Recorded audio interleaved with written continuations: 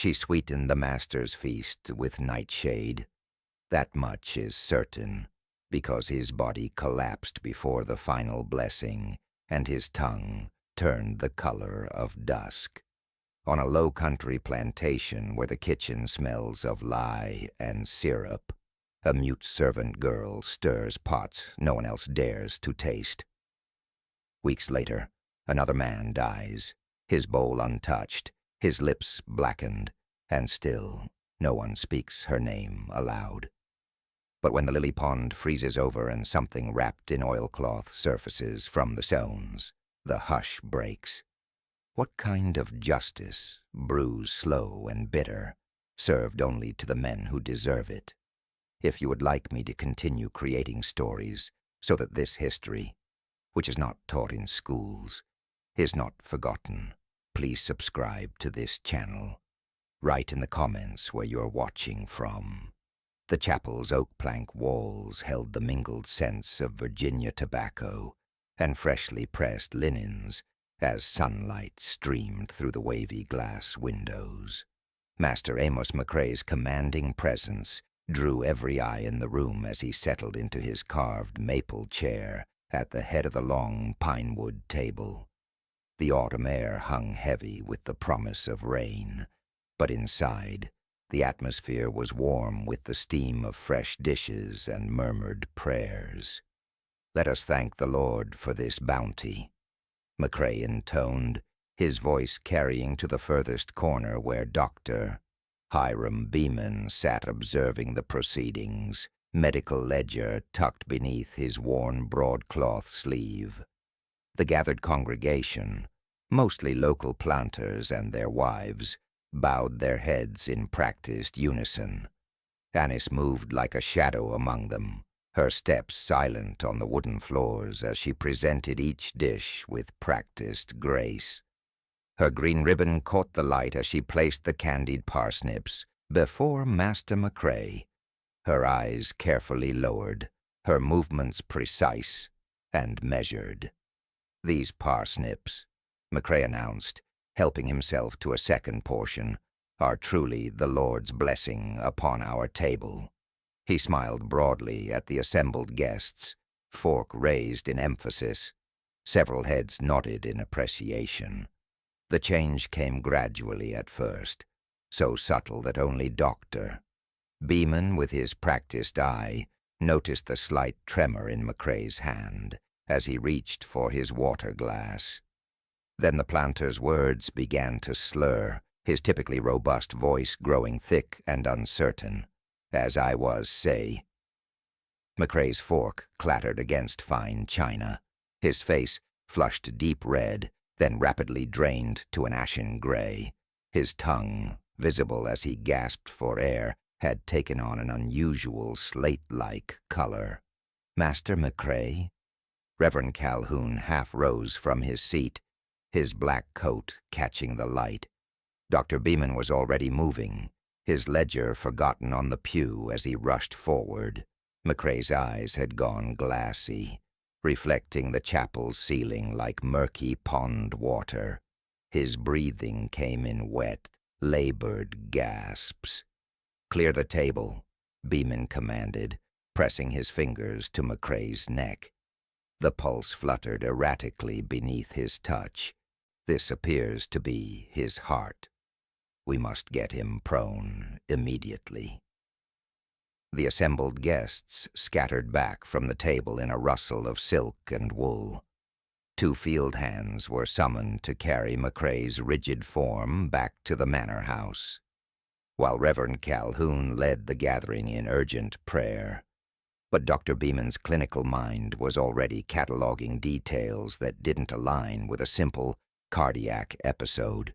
The peculiar gray film coating McCrae's tongue, the rapid onset of symptoms, the strange, sweet smell on his breath that didn't match the parsnip's natural aroma. Later that evening, in the privacy of his study, Beeman opened his leather-bound ledger to a fresh page. By lamplight, he recorded his observations in careful script. October 19th, 1851. Patient, Amos McCrae. Symptoms presented: speech impediment, followed by rapid collapse, irregular pulse, respiratory distress, notable discoloration of tongue, gray-black film, possible ingestion, unknown cause. Time of death pronounced: 11:42 a.m. He paused, quill hovering over the paper, before adding, "Further investigation may be warranted." Dawn crept over Hampton County in shades of pearl and gold, painting long shadows across the Macabre Manor's whitewashed walls. Dr. Hiram Beeman arrived just as the kitchen fires were being stoked, his medical bag heavy with glass collection jars, and his ever-present ledger tucked beneath his arm. The morning air carried the metallic promise of frost, but inside, the kitchen already hummed with the day's first activities. Cook Ella May greeted him with appropriate solemnity, her broad frame wrapped in a clean apron, her graying hair bound neatly beneath a white cloth. Behind her, kitchen hands moved with practiced efficiency, though their movements carried the weight of yesterday's tragedy. "Show me everything from yesterday's service," Beeman instructed, setting his bag on a worn wooden preparation table. Every dish, every ingredient." Ella May nodded, directing younger workers to bring forth covered dishes and storage crocks. "We served the usual Sunday fare, Doctor. Roasted chicken, winter squash, those candied parsnips the master always favored." Her voice caught slightly on the past tense. In the corner, Annis worked steadily at cleaning copper pots, her movements precise and unhurried. The green ribbon at her nape caught the morning light as she turned each vessel with methodical care. Beeman watched her for a moment, noting how her hands never faltered in their rhythm, despite the gravity of the situation. "The girl," he gestured quietly to Ella May. "She helped serve yesterday? Annis?" "Yes, sir. She's been with us these 3 years. Mute since birth, but skilled with the fine serving pieces." Beeman moved through the kitchen systematically, examining vessels and questioning each worker in turn. When he reached Annis, she met his gaze with clear eyes, offering no resistance as he inspected her workspace. Her calm demeanor struck him as unusual. Not fearful like the others, but composed in a way that briefly unsettled him. Near the pantry, his attention fixed on a ceramic jar, its contents dark and slightly oily. "What's this?" "Duck liver pâté, sir," Ella May explained. "Made fresh Saturday, though." She hesitated, lifting the lid. A slightly sour note rose from the preserve. Beeman carefully sealed the jar, wrapping it in clean muslin. "This will need further examination," he murmured, making a note in his ledger. As he wrote, his eyes swept the kitchen's organized shelves, catching on a gap in the line of pewter serving pieces. "Is the set complete?" he asked, gesturing to the ladles. Ella May's brow furrowed. "Should be. We did a full count after service, though, with everything that happened." She moved to check the shelf, then paused. "One might have gone to washing. We were in such a state yesterday." Sheriff Croft arrived as Beeman was concluding his inspection, boots heavy on the back steps. The 2 men conferred quietly by the kitchen door, Beeman presenting his findings while Croft nodded, clearly eager to close the matter without further disruption to the county's largest estate. "Spoiled pâté seems most likely," Beeman concluded, though something in his tone suggested lingering doubt, combined with the master's known weakness for rich foods. "A tragic accident, then," Croft declared with finality, already turning to leave. "I'll inform the family." As they departed, Ella May discovered the missing ladle had been returned to its place on the shelf. She lifted it to check its cleanliness. then frowned at the unfamiliar maker's mark. A M stamped into the pewter. A curious scent clung to its bowl, something green and bitter beneath the soap. The smokehouse stood like a shadow against the darkening sky, its weathered boards exhaling the day's worth of hickory smoke into the autumn air. Deputy Eli Croft's boots crunched across frost-crisp grass as he approached, lantern swaying at his side. The structure's heavy door hung open, spilling warm light onto the packed earth outside. Inside, Overseer Tomlin sat motionless in his favorite rocking chair, positioned exactly where he'd spent countless evenings monitoring the meat cure. His body was rigid, fingers curved like talons around the chair's arms. A bowl of sweetened grits steamed on the small table beside him, the spoon laid neatly across its rim, untouched. "Found him just like this," said Will Parker, one of the field hands who'd discovered the body. "Went to ask about tomorrow's cotton rotation and—" He trailed off, keeping his distance from the chair. Sheriff Croft arrived minutes later, boots heavy on the wooden floor. He circled the body once, then bent to examine Tomlin's face. The overseer's lips had taken on an unnatural dark tinge, almost black in the lantern light. "Fetch doctor." "Beeman," Croft ordered, though his tone suggested it was merely a formality. In the kitchen, Ella May was already waiting when Dr. Beeman hurried through. She caught his sleeve before he could pass. "Doctor," she whispered, "it's the same as Master Macabre." "The very same." Beeman paused, studying her face. "What do you mean?" "The way his hands seized up.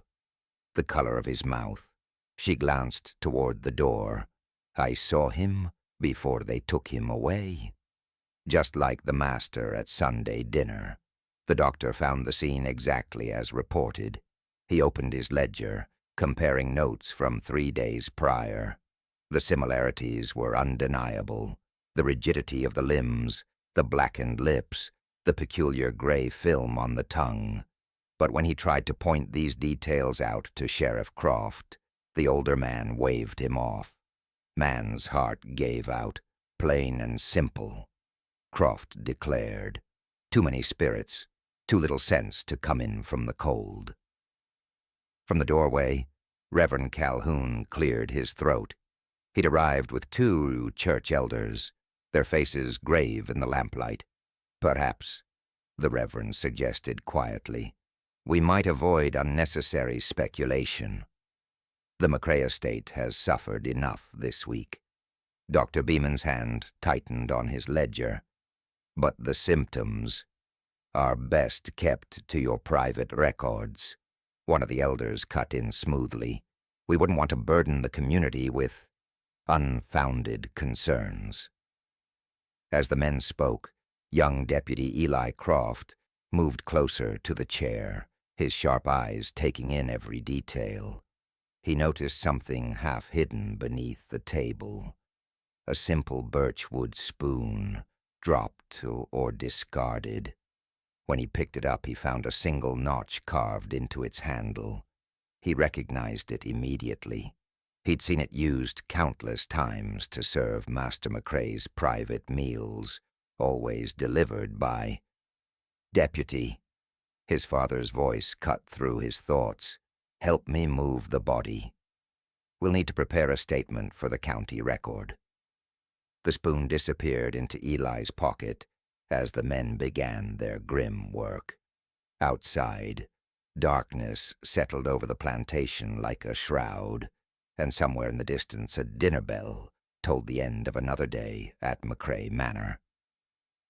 The kitchen quarters stood silent in the pre-dawn darkness, save for the soft scrape of wooden spoons against iron pots as breakfast preparations began.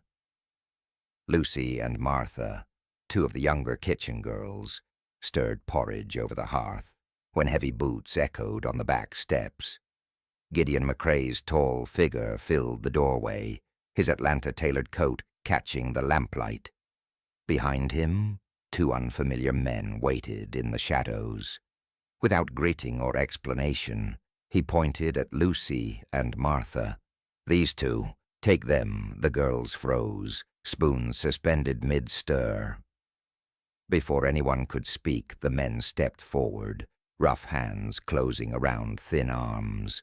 Lucy's bowl clattered to the floor, porridge spreading across worn floorboards like spilled milk. From her corner by the herb rack, Annis continued methodically crushing dried sage, her green ribbon catching the firelight as she worked. Her eyes never left her mortar and pestle, even as Martha's pleading voice filled the kitchen. "Please, Master McCrae." Silence. Gideon's command cut through the air like a whip. "You've been sold. Your new master awaits in Georgia."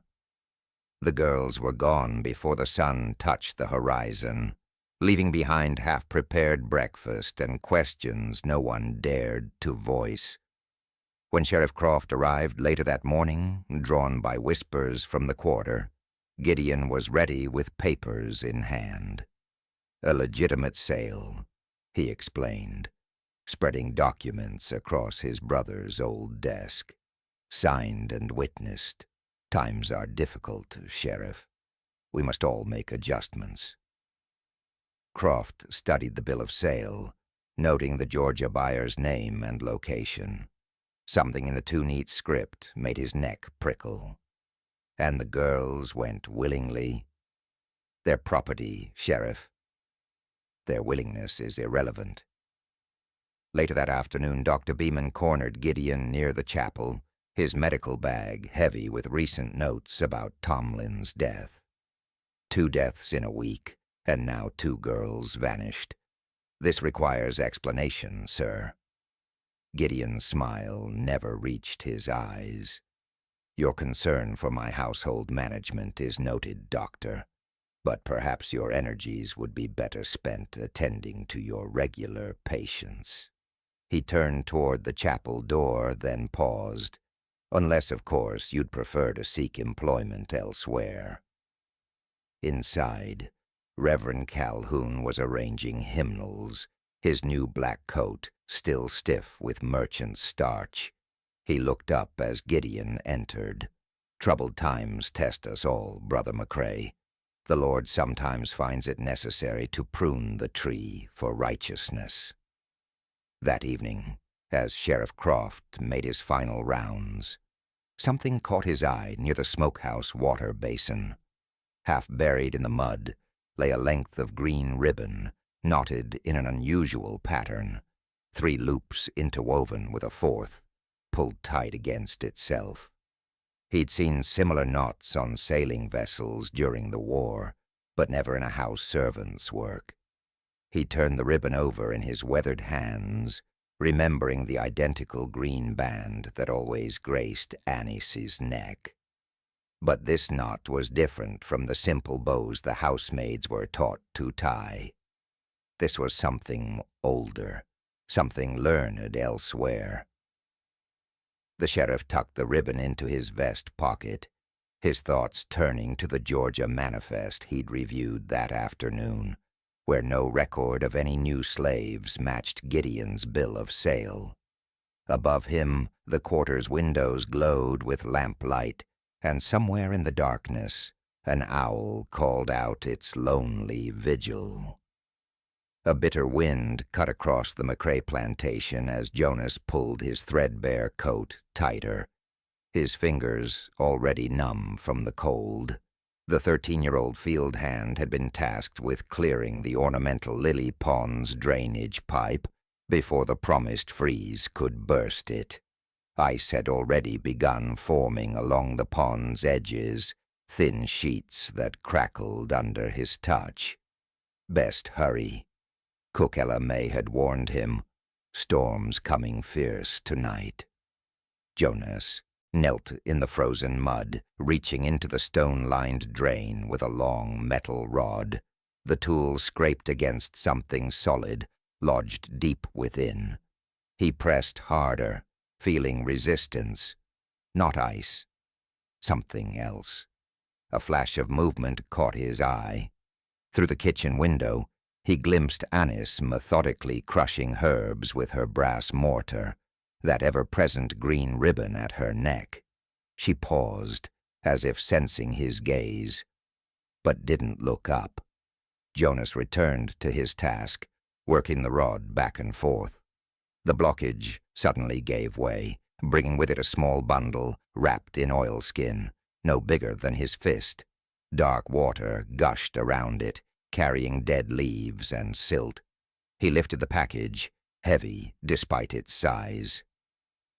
The oilskin was tied with twine, knotted in an intricate pattern he'd never seen before. His hands trembled, not entirely from cold, as he tucked it inside his jacket. "Boy." Sheriff Croft's voice made Jonas jump. The lawman stood at the garden gate, watching. "What have you found there?" Jonas knew better than to lie. He handed over the bundle, eyes downcast. "Was stuck in the drain, sir." Croft unwrapped it carefully, revealing its contents in the fading light. A lock of dark hair braided tight with thread, a tarnished silver spoon bearing the Macabre crest, and what looked like crushed berries, black as pitch, mixed with other dried plants. Where exactly was this? Croft's voice had gone quiet. Jonas pointed to the drain's stone mouth. "Wedged behind them rocks, sir. Must have been there a while." Croft studied the spoon's handle, rubbing away grime with his thumb to reveal engraved initials, A.M. His jaw tightened. "Go on now. Say nothing of this." Jonas fled toward the quarter, but not before seeing Croft stride toward his horse, bundle secured inside his coat.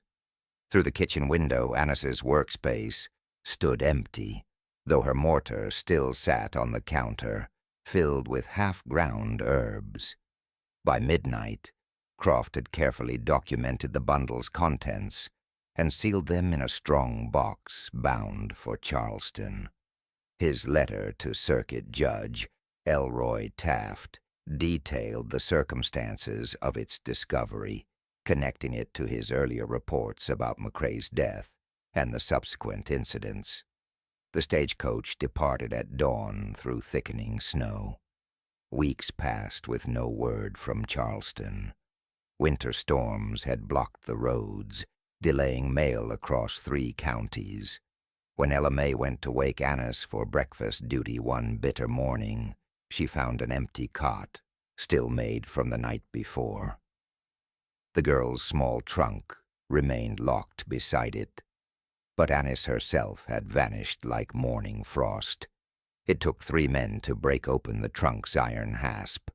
Inside, beneath folded linens and a spare apron, they discovered a worn copy of Culpepper's Herbal, its pages marked with pressed flowers.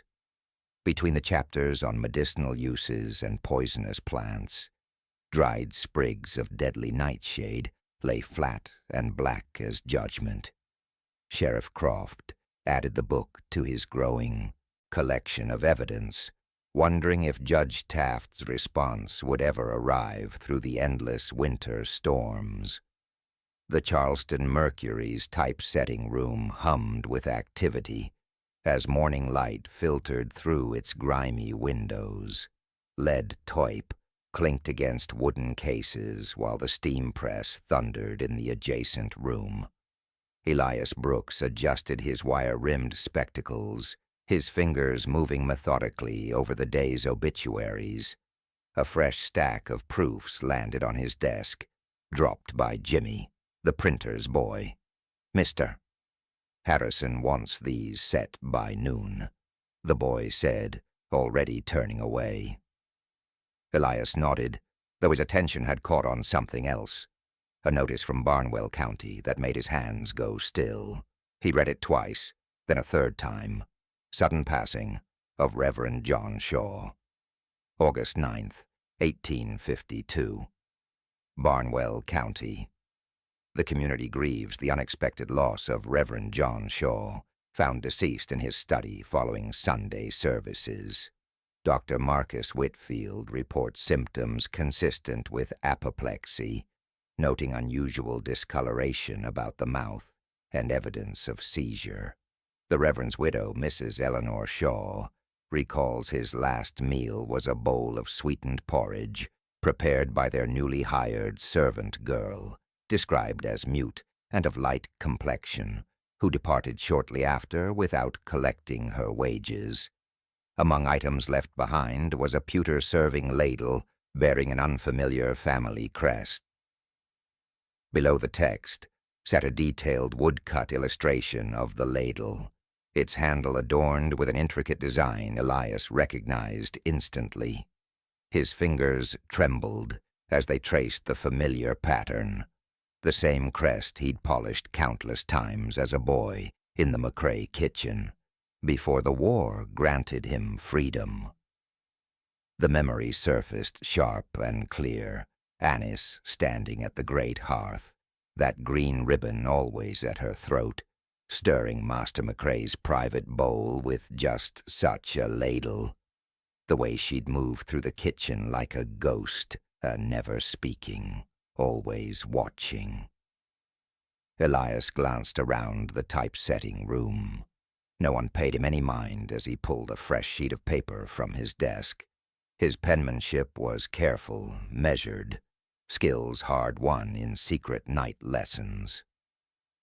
To Circuit Judge Elroy Taft, Charleston County Courthouse.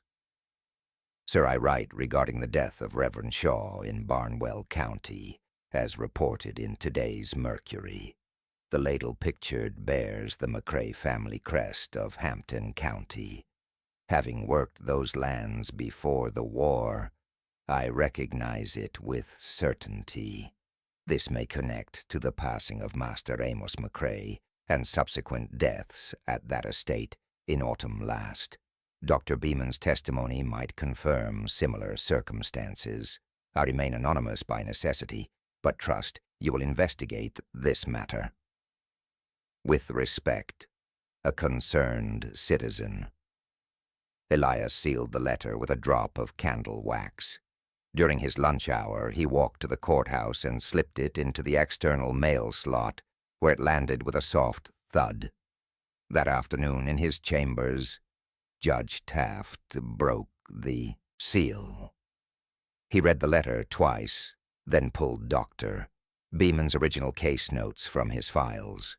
There, sketched in the margin of the physician's ledger, was a detailed drawing of the Macabre ladle, every curve and flourish matching the newspaper's illustration perfectly. Taft touched the two images side by side, his expression grave. After a long moment, he reached for his bell to summon his clerk. The time had come to reopen the Macabre investigation. Sunlight streamed through the tall windows of Judge Taft's chambers, casting long shadows across the polished oak table where 4 men sat in weighted silence.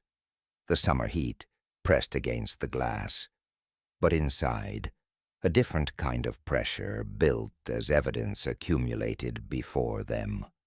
Dr. Beeman spread his medical ledger open, pointing to the detailed entries from October. Here, the first death. Master Macabre exhibited a distinctive grayish film on the tongue, severe respiratory distress, and muscular rigidity. His finger traced down the page. Overseer Tomlin showed identical symptoms 4 days later. I marked it peculiar then, but lacked authority to pursue the matter. Sheriff Croft shifted uncomfortably in his chair, his mud-crusted boots scraping against the floor. Those were ruled natural deaths, Doctor. Times were complicated then. And now we have Reverend Shaw, Judge Taft interjected, laying out the fresh Mercury clipping. Dr. Whitfield's report mirrors your observations precisely, Beeman. The same progression: tongue discoloration, seizure, death within hours. Elias Brooks sat quietly at the far end, his presence unusual in such company. He kept his eyes fixed on the two pewter ladles placed side by side on black velvet. When Judge Taft nodded to him, he cleared his throat. "The crest, sir. It's exact. Every curl and flourish matches. These were cast from the same mold, part of the Macabre family set. I polished them myself for years." Taft lifted one ladle, then the other, testing their weight.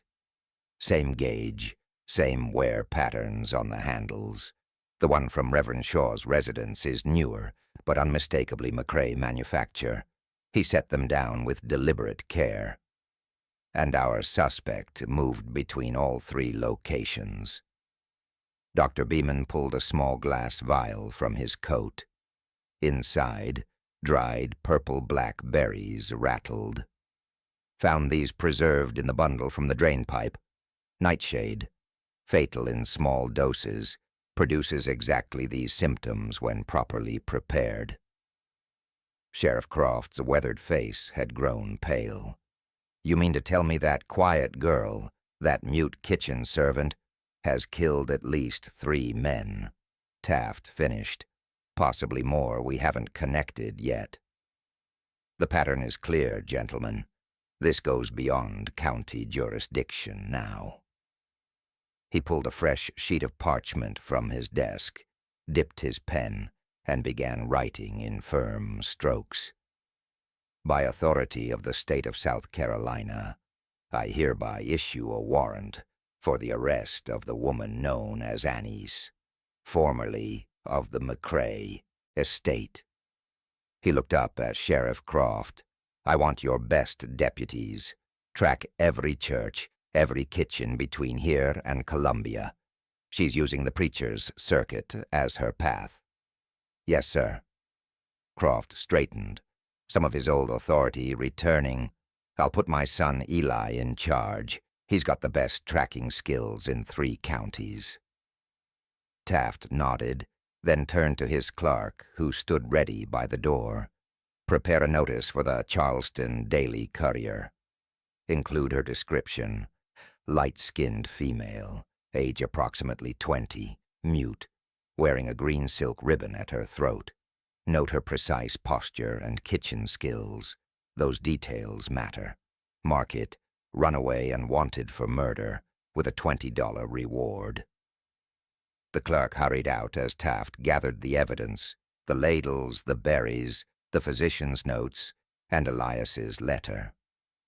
Each piece was carefully logged and sealed with the court's ribbon. "Gentlemen," Taft said, rising, "we've seen dozens of crimes in these chambers, but this is something different. This is methodical. Find her before she serves another meal." The lamp's flame flickered across weathered pages as Deputy Eli Croft hunched over the parish records spread across Reverend Miller's desk. Dawn had barely broken outside the Orangeburg County Church office, and already his eyes burned from hours of scanning cramped handwriting by candlelight. "Here," he muttered, finger tracing down a column of kitchen staff records. April 3rd. Sarah, mute but skilled with hearth and kettle. He jotted the entry in his own leather-bound notebook, next to similar findings from 2 other parishes. Reverend Miller stood by the window, his shoulders tense.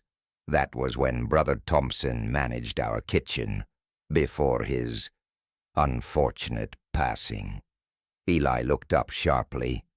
"Tell me about his death." "Found him in his study. Doctor said it was his heart, but—" Miller's voice trailed off. The strange thing was his face, all twisted, and his tongue. "Black?" Eli interrupted, like he'd been chewing ink. The Reverend nodded slowly. "How did you know?" Instead of answering, Eli returned to the records. 3 parishes now showed the same pattern. A mute woman arriving to cook, a death within weeks, her quiet departure before questions arose. He pulled out Dr. Beeman's notes comparing dates. The timeline was clear as creek water. She changes names, Eli said, more to himself than Miller, but not her methods. He traced the path on a county map spread beside the ledgers. Barnwell to Orangeburg, then north, always following the preacher's circuit, using church hospitality for cover. The evidence mounted with each page turn. In Barnwell she'd been Mary, the silent cook. In Blackville, Ruth, touched by God's silence. Each entry praised her cooking, her modesty, her skill with medicinal teas, and in each place a man of influence died suddenly, symptoms identical to Master Macrae's. Miller shifted uncomfortably. "Deputy, what exactly are we dealing with?" "Justice," Eli replied, though the word felt incomplete in his mouth. He'd seen enough war to know vengeance often wore justice's clothes, or something wearing its face. He turned another page, and his breath caught. There, in fresh ink, was an entry from Edgefield County's church register. The writing was barely dry. A. Green, cook. When was this logged? He held up the page. Miller squinted at the date. 10 days ago. Edgefield's about 40 miles north. Reverend Wesley's parish. Eli's fingers traced the letters. A Green. After months of false names, here was something close to truth. The A could be for Annis. The Green, a reference to that ribbon she always wore. It felt less like hiding and more like declaration. He quickly gathered his notes and maps. "I need the fastest horse you can spare, Reverend. And send word to Sheriff Croft. Tell him I'm riding for Edgefield." "You think she's still there?" "No," Eli said, rolling the map with careful precision. "But for the first time, I think she wants us to follow." He packed the evidence into his saddlebags: parish records, death notices, doctor, Beeman's observations, 3 months of tracking, and finally the path was clear. Whether it led to justice or judgment remained to be seen. As he mounted his horse in the gray morning light, Reverend Miller called out, "Deputy Croft, what should I tell the sheriff about her?" Eli paused, considering the weight of all he'd uncovered. "Tell him she's not running anymore. She's hunting." The torches cast long shadows across the weathered walls of the Baptist chapel as Deputy Eli Croft and his men approached through the twilight. The building's white clapboard had grayed with age, its windows dark except for a single candle flickering in the upper story. 2 deputies, Watson and Mills, flanked him with rifles ready. "Remember," Eli whispered, "she's never shown violence except through the cup and plate." The chapel door creaked open at his touch. Inside, the musty air carried traces of fresh cooking, herb soup by the smell. Their boots echoed on the warped floorboards as they moved past empty pews toward the narrow staircase. A small figure emerged from the shadows near the altar. A boy, no more than 8, stood clutching a wooden bowl of steaming soup. His eyes were wide, but unafraid. "She knew you'd come," the child said softly. "She said not to waste good food waiting." Eli gestured for his men to lower their weapons. "Is she upstairs?" The boy nodded, steam rising from his untouched bowl. "Have you eaten from her cooking?" Eli asked sharply. "Every day. She only serves poison to those who earn it." The child's matter-of-fact tone sent a chill through the chapel. Leaving Watson to watch the boy, Eli and Mills ascended the stairs, torchlight revealing worn treads and peeling paint. The attic door stood ajar. She lay on a thin pallet, peaceful as if in her own bed, not stirring at their entrance. The green ribbon at her neck stood out against her plain dress, tied with the same careful precision he remembered from the plantation. Beside her, A Bible lay open, its pages cut away to form a hollow filled with dried plants and flowers, nightshade, foxglove, and others Eli couldn't name. "Annis," he said firmly. Her eyes opened, clear and unsurprised. She sat up slowly, hands folded in her lap. Mills moved to secure her, but Eli held up a hand. "Let me see what else is here first." A battered leather satchel rested against the wall. Inside, Eli found exactly what the warrant described: carefully penned recipes on yellowed paper, letters in a shaky hand, and, wrapped in cloth, a green ribbon identical to the one she wore, tied around a lock of gray hair. But beneath these lay something more. A second journal, older, the leather cracked and stained. The handwriting inside was different from Annis's precise script, looser, more urgent. Eli read the first page by torchlight.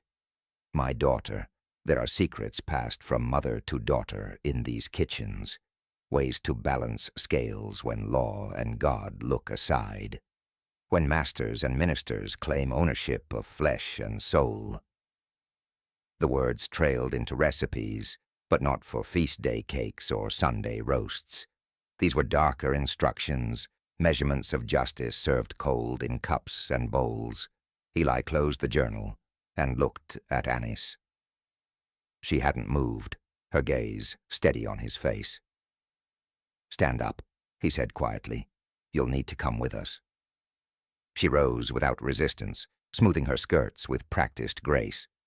As Mills secured her wrists with rope, she showed neither fear nor defiance, only the same composed silence she'd maintained through years of service and calculation.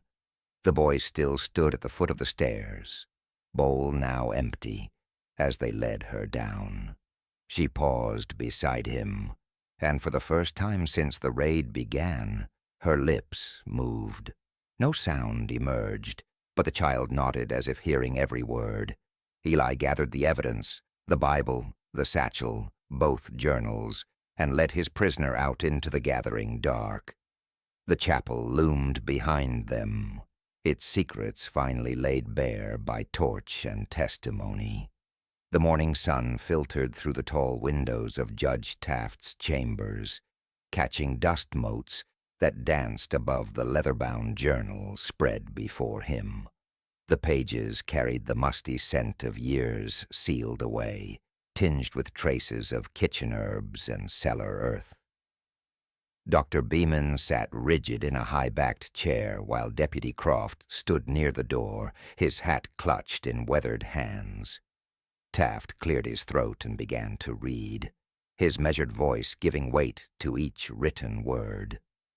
"My dearest daughter, I write these words knowing they may be all I leave you. The pain grows worse, and I feel the life draining from me, even as you grow stronger within. Know that your beginning was not of love, but of force. In the dark of Master Gideon's study, while his brother Amos turned his eyes away." The judge paused, adjusting his spectacles. Beeman's fingers tightened on his physician's bag. "They sent me to the kitchen cellar when my condition could no longer be hidden. My own sister, the mistress, sealed the door herself, rather than bear the shame. But these walls have taught me secrets. The enslaved women who tend me share knowledge deeper than any doctor's book." Taft turned a page, marked with pressed leaves. "Here, child, I leave you the true power of our gardens. Foxglove for the proud heart, yew berries for the cruel tongue, belladonna for those who take what isn't freely given. Each dose measured by the weight of the sin. The morning light caught the careful diagrams, leaves sketched with botanical precision, measurements noted in a steady hand, effects documented with clinical detail. Let no man feast from our hands who fed from our pain. The kitchen holds more justice than any courthouse. A silent tongue speaks louder than false testimony. Remember, They will call you simple. Let them. They will think you mute. Use it. The quiet ones see everything. Beeman shifted in his chair. The symptoms match. Every death. Macrae, Tomlin, the Reverend. They align with these recipes. Taft continued reading, his voice growing heavier. I feel you kicking now, my quiet warrior. They won't let me hold you, but the women promise to keep you safe. They'll hide you among the enslaved children until you're old enough to serve in the house. Watch for the green ribbon. I've tied one in this journal. It will mark you as mine. The judge's fingers traced the faded silk bookmark. The last entries become fevered, written in failing light. They're coming to take you.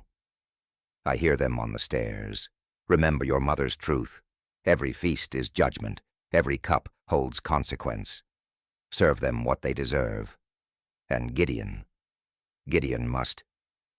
Taft lifted the final page, its ragged edge telling of violent removal, but the impression of the missing words remained pressed into the next sheet, visible in the slanting sunlight. Gideon next. The chamber fell silent, save for the ticking of the wall clock. Through the window they could see the jail where Annis waited, still wearing her mother's green ribbon, still keeping her inherited silence.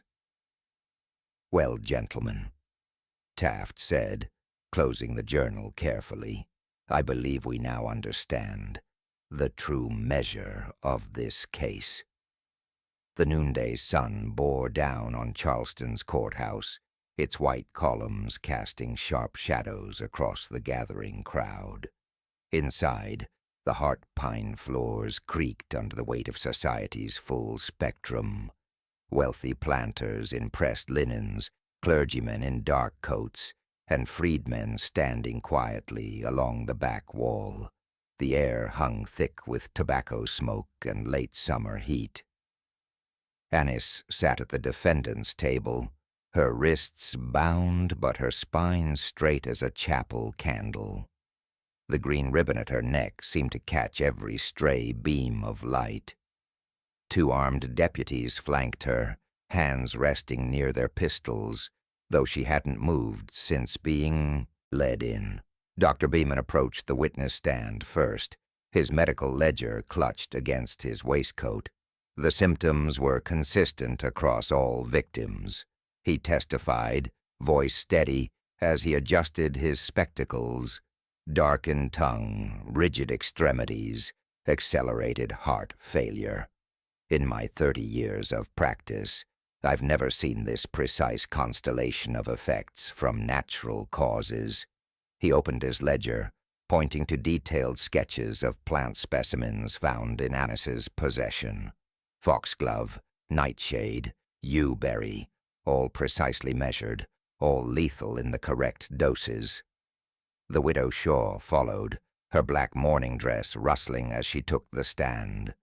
She came to us so quiet, so helpful, she said, dabbing at her eyes with a handkerchief. John, Reverend Shaw, he praised her cooking especially. That final Sunday dinner. Her voice broke. Elias Brooks testified next, his printer's fingers still stained with ink. I recognized the ladle's crest from my time near Hampton County, he said, voice barely carrying to the back of the room. The Macrae mark was distinctive. I'd seen it on their gates, their carriages. When I read about Reverend Shaw, about the servant girl. He glanced at Annis, who stared straight ahead, unmoved. The evidence mounted methodically. 2 matching pewter ladles bearing the Macrae crest, laid out in red velvet. A collection of dried herbs, carefully labeled by Dr. Beeman Church registries from 3 parishes, each marking the arrival of a mute woman shortly before unexpected deaths. The journal entries were read aloud by the court clerk, each page turning like a death knell in the hushed room. The connection between Annis and the Macrae household emerged in whispers and half-truths, hints of a darker story that proper society preferred, unspoken. Through it all, Annis remained still as carved stone. She didn't flinch at the testimony about her mother's fate in the cellar. She didn't blink when Gideon McCrae himself took the stand, denying any knowledge of her parentage. Only her hands, folded in her lap, occasionally traced what looked like letters against her skirt. Perhaps prayers, perhaps curses. The evidence phase concluded as the afternoon sun slanted through the high windows. Judge Taft surveyed the packed courthouse, his gaze lingering on each face before settling on Annis. She met his eyes without defiance or fear, her silence as complete as the day she was found in the chapel attic. "Before this court moves to deliberation," Taft announced, his voice carrying to the rafters, "I would offer the accused one final opportunity." He gestured to Reverend Williams, who stepped forward with a Bible. "A moment for spiritual confession, to unburden your soul before God and this assembly." The courthouse held its breath, waiting to see if justice would finally find its voice in the mute girl with the green ribbon. The first gray light of dawn crept through the narrow window of the stone chamber, barely, wider than a man's palm. The morning air carried the metallic taste of approaching rain, and somewhere in the distance a church bell tolled the hour. Reverend Calhoun stood before Annis, his black frock coat gathering moisture from the chamber walls. The cell was spare. A wooden bench, a tin water cup, and the constant drip of condensation from the ceiling. 2 guards remained posted outside, their shadows visible beneath the heavy oak door. "Child," Calhoun began, his voice carrying the practiced tone of countless death row confessions, "the hour grows short. Your soul may yet find mercy." He clutched his well-worn Bible, its leather covering cracked with age. "Name those who aided you. Surely you did not act alone." Annis sat perfectly still on the rough-hewn bench, her hands folded in her lap, the green ribbon at her neck dark with dampness. Her eyes remained fixed on some middle distance, as though reading words written in the air before her. Calhoun paced the narrow space, his boots scraping against the stone floor. "Think of your eternal soul," he pressed. "The Lord's forgiveness requires true repentance." He paused, studying her face for any crack in its mask-like composure. The minutes stretched, water dripped, the cell grew lighter by degrees. Finally Calhoun turned to the door. "Bring him," he commanded. The guard's boots echoed down the corridor. Gideon McCrae entered the cell like he might enter a stable, with carefully contained distaste. His tailored coat seemed to reject the very air of the place. He stood near the door, maintaining what he clearly considered a safe distance. "Miss Annis," he said, his cultured voice carrying just a hint of tremor, "the Reverend tells me you might wish to speak, to clear your conscience before." He left the sentence unfinished. For the first time since her arrest, Annis's eyes moved deliberately to focus on a person. She looked directly at Gideon McCrae, and her lips parted. "I served every man the meal he earned." The words came out barely above a whisper, yet they seemed to fill the small space like smoke. Each syllable was precise, carefully formed, as though she had been saving them for exactly this moment. Reverend Calhoun's Bible slipped from his fingers, hitting the stone floor with a dull thud. Gideon McCrae took an involuntary step backward, his shoulder blades pressing against the damp wall. The guards exchanged glances through the doorway. One made the sign of the cross. Judge Taft, who had been observing silently from the corridor, stepped into the cell. He removed a small leather-bound notebook from his coat pocket and carefully transcribed the words. "Will you speak further?" he asked. Annis's lips sealed once more. Her eyes drifted back to that middle distance, her posture unchanged. Reverend Calhoun retrieved his Bible with shaking hands. He pulled a prepared affidavit from between its pages and signed it with quick, jerky motions. The scratch of his pen seemed unnaturally loud in the confined space. Gideon McCrae departed without another word, his footsteps quick and uneven on the stone.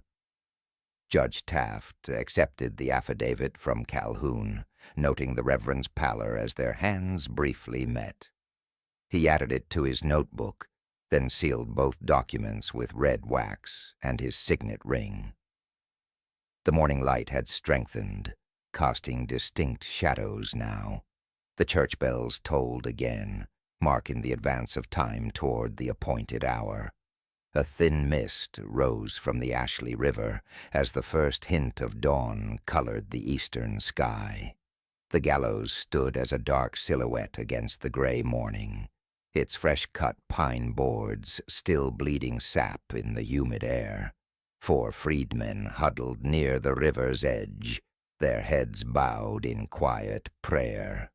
Judge Taft arrived precisely at first light, his carriage wheels crunching on the shell-strewn path. He descended holding a leather portfolio containing the official documentation: death warrant, confession transcript, and execution orders. The morning dew had already dampened his polished boots. Everything according to procedure, he reminded the waiting sheriff's men. They nodded, checking the hemp rope's knots for the 3rd time since midnight. Annis arrived in a simple cart, seated between 2 deputies. She wore the same muslin dress from her trial, now cleaned and pressed, the green silk ribbon at her throat standing out like a slash of spring against the colorless morning. Her hands were bound before her with hemp cord, but she held them still, as though they were merely folded in prayer. The freedmen moved closer as she descended from the cart, their whispered prayers growing louder. One woman clutched a small cloth bundle of dried flowers. Whether meant as blessing or memorial, none asked. Dr. Beeman stood to the side, his physician's bag at his feet. He would record the time of death, ensure its completion, sign the final documents. His hands shook slightly as he checked his pocket watch. "Does the condemned wish to make any final statement?" Judge Taft asked, his voice carrying the formal weight of his office. Annis's eyes remained fixed on the lightening horizon. The river breeze stirred her ribbon, and for a moment it seemed to point toward the McCrae plantation lands like a compass needle finding true north. The hangman, brought in from Columbia for his reputation for quick, clean drops, positioned her with professional efficiency. The hemp rope rasped against itself as he made his final adjustments. Judge Taft read the death warrant, his clear voice competing with the morning calls of river birds. The freedmen's prayers had subsided to a low hum, like bees in summer clover. At precisely 6:47 a.m., according to Dr. Beeman's watch, the trap was sprung. The freedmen turned away. Judge Taft maintained his witness until Dr. Beeman confirmed death at 7:02 a.m., recording it in his official ledger with a hand steadier than it had been quarter of an hour before. The body was lowered with careful dignity into a pine box, the wood still fresh enough to smell of sap and summer. The freedmen approached then, laying their dried flowers across the rough planks before the lid was secured. By mid-morning the mist had burned away. The river flowed on, indifferent. The witnesses had dispersed. The documents were sealed, and the cart bearing the pine box had departed for the potter's field. It wasn't until evening, when the sheriff's men came to dismantle the gallows, that they noticed it. The green silk ribbon, somehow worked free, now tied to the hanging branch.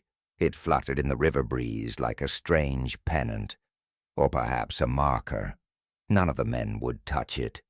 That same night, word reached Charleston via telegraph. The old Baptist chapel in Edgefield had been found unlocked, though the sexton swore he'd secured it. On the front pew, pristine and precisely centered, lay a length of green silk ribbon, identical to the one still moving in the wind above the Ashley River. The September sun hung low over Hampton County as surveyors from the Atlantic Rail Company paced the Macabre estate grounds. Their measuring chains clinked across overgrown garden paths, marking distances for the coming railroad ties. Yellow stakes dotted the property like strange flowers, each one hammering another nail into the plantation's coffin. Deputy Eli Croft watched from horseback as Gideon Macabre signed the final papers in front of the manor house. The transaction was witnessed by Judge Taft's clerk, who had ridden down from Charleston specifically for this purpose. The amount, $12,000 in railroad bonds, seemed a paltry sum for land that had once hosted the finest Sunday tables in 3 counties. "The deed is done," announced the rail company's representative, rolling the documents into a leather tube. "Construction begins next month." Gideon Macabre didn't linger. His carriage was already packed for the return to Atlanta, the horses stamping impatiently in their traces. He hadn't slept in the manor since the trial, choosing instead to lodge at the Red Horse Inn in town. As the carriage pulled away, Croft dismounted and walked the grounds one last time. The kitchen gardens were withered, the herbs gone to seed. Local women had stripped the medicinal plants bare within days of Annis's hanging, though whether from fear or fascination, none would say.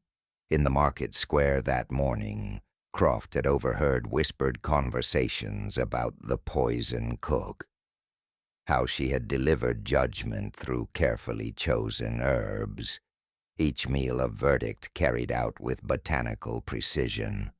Some spoke of her with horror, others with a strange sort of reverence. A few even claimed she had been an angel of vengeance, settling ancient debts. The lily pond drew his attention. Once the pride of the estate, it now lay cracked and dry, its ornamental stones scattered by vandals or souvenir hunters. Croft knelt at its edge, where the irrigation pipe had yielded its first dark secret last winter. Something caught his eye in the deepest part of the basin, a glint of white against the mud.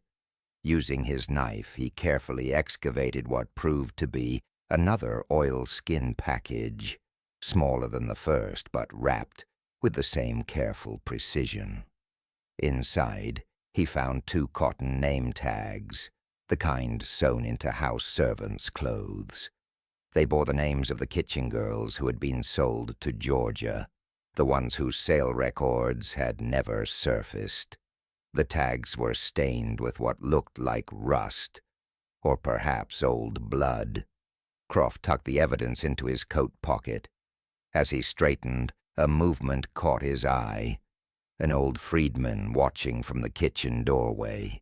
Their eyes met briefly before the man turned away, but not before Croft glimpsed something like satisfaction in his weathered face.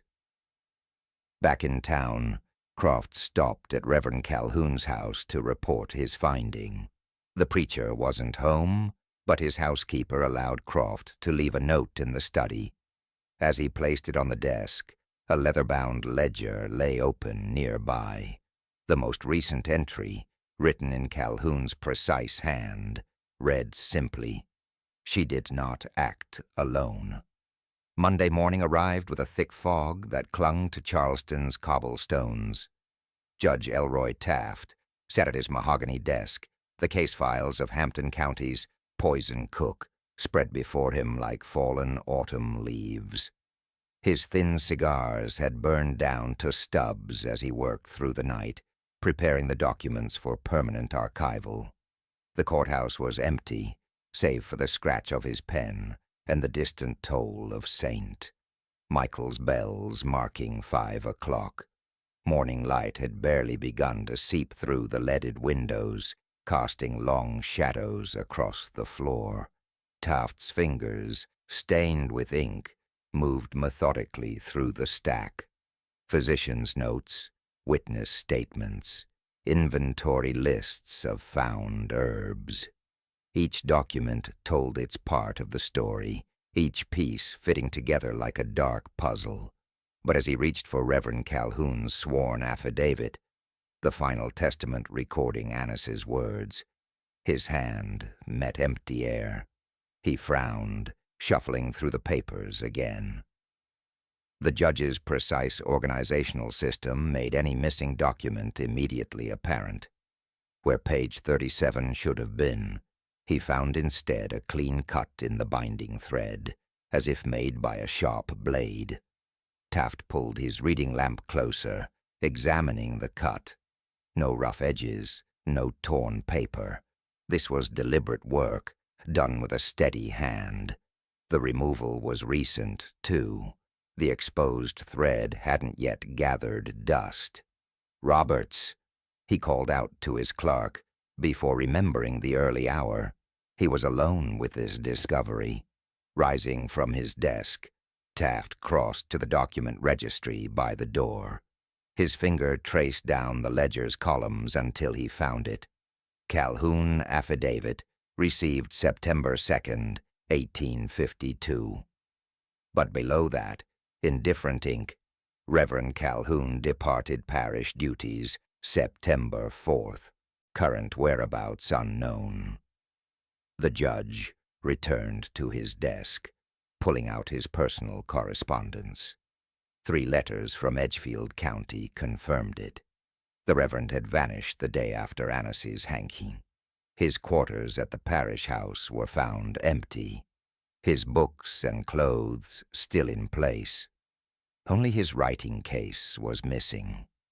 The morning sun now stretched across the courthouse floor as Taft contemplated the implications. He thought of Calhoun's rigid posture during the trial, the way the preacher's certainty had seemed to crack when Annis finally spoke. What had the Reverend written in that affidavit that someone, perhaps Calhoun himself, needed to erase? A knock at the door startled him. Deputy Eli Croft entered, holding a sealed letter from Edgefield. "Morning report, Your Honor. They're saying the ribbon's back." "All ready?" Taft raised an eyebrow. "It's barely autumn." "Yes, sir. Green silk, tied to the same pew where she used to sit. Church ladies won't touch it. Say it appears, even if they lock the doors." Taft nodded slowly, adding the letter to the case file. He closed the leather folder, its gold embossing catching the light. Hampton County Circuit Court, 1852. The case was officially closed, but he knew better than most how stories took root in Carolina soil, growing wild like the deadly nightshade in Annis's garden. As if reading his thoughts, Croft added, "Word came from Allendale, too, about their new cook at the Whitfield place." He hesitated. "She wears a green ribbon on her apron, tied with that strange knot, the one we found in the evidence." Taft said nothing, but his hand rested heavily on the incomplete file. Some truths, like some poisons, refused to stay buried.